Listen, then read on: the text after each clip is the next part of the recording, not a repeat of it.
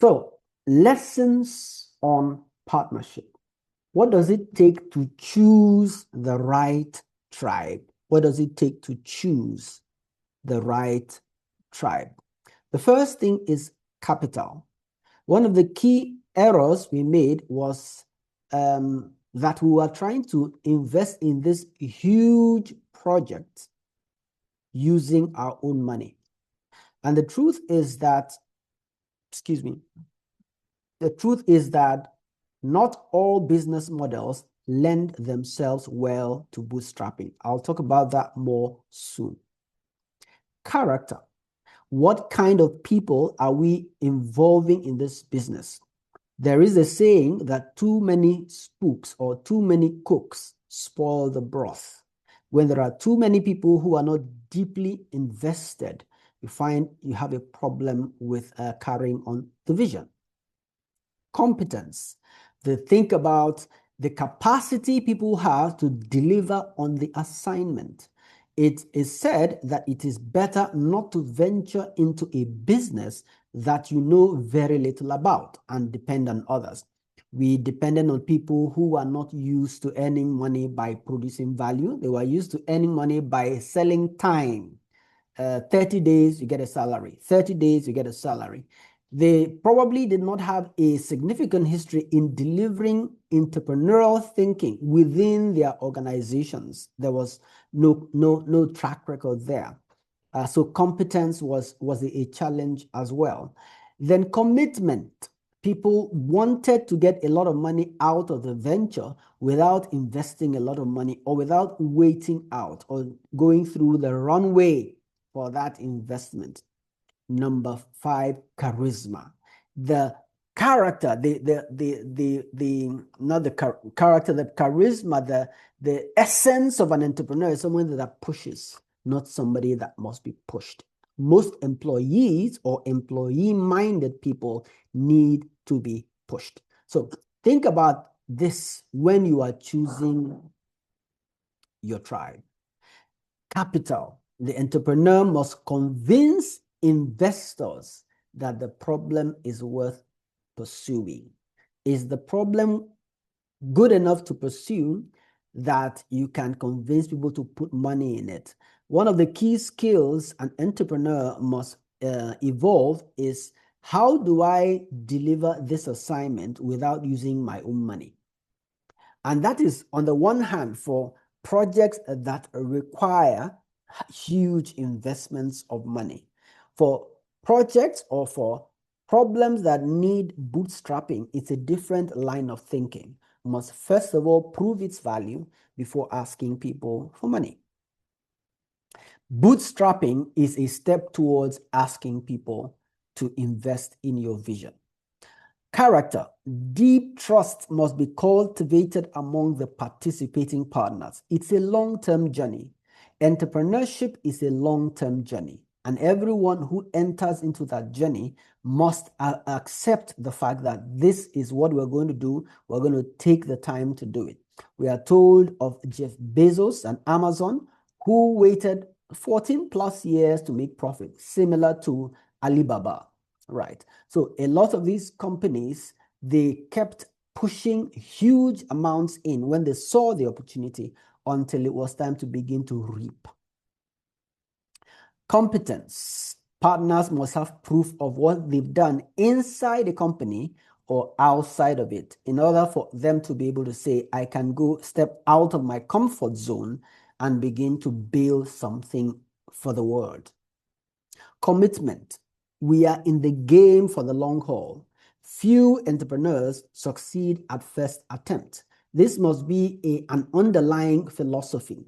And there must be support systems for each person such that the journey of waiting is not marred by the discomfort of lack or hunger, that we can actually wait out the period of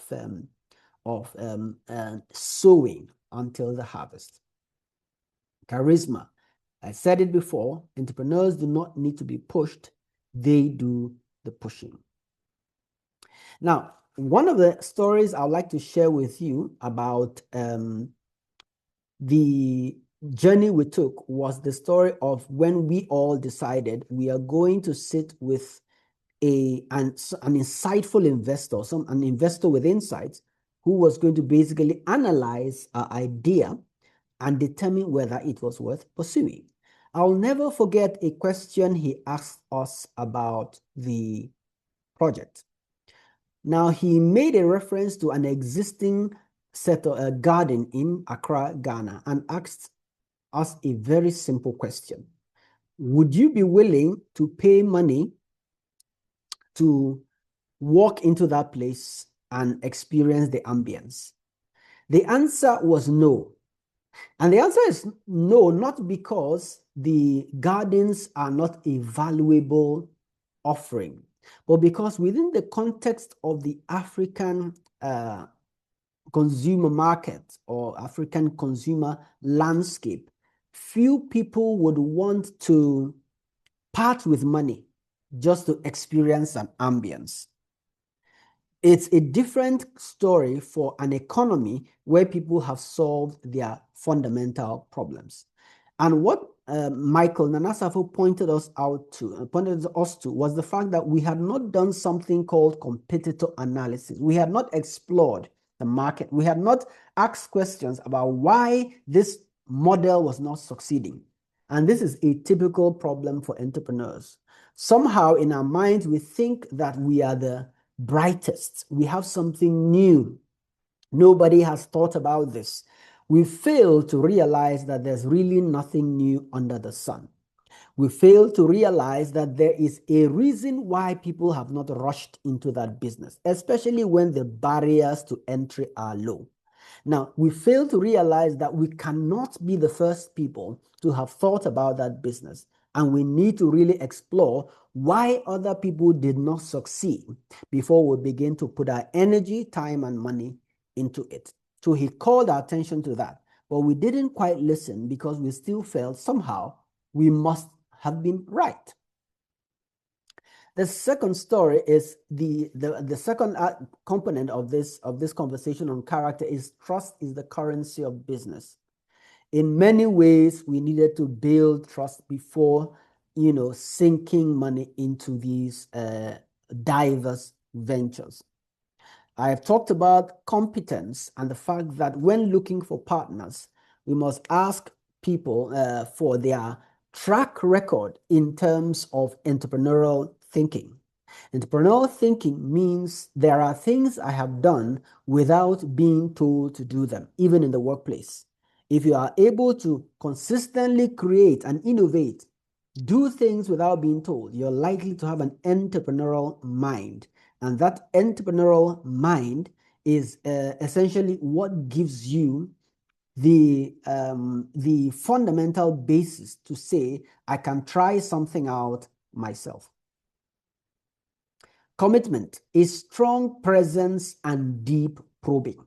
Part of our problem with 20 Towers was that a lot of people were absent-minded or simply didn't know how to contribute.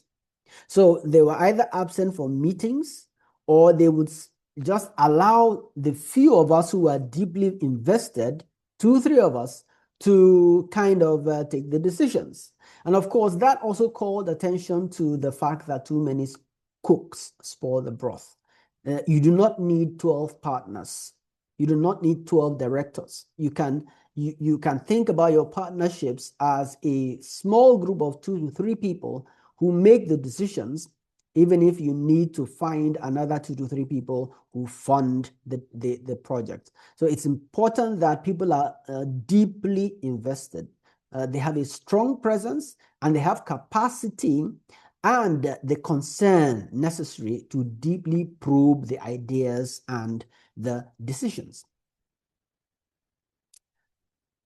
The employee mindset versus the employer mindset. The employee is waiting for a salary every 30 days. He's waiting for direction from the director and the bosses. The employer or the entrepreneurial mindset is creating a vision of what we need to do. And these are the kind of people you need to look for if you're going to kickstart and bootstrap a business.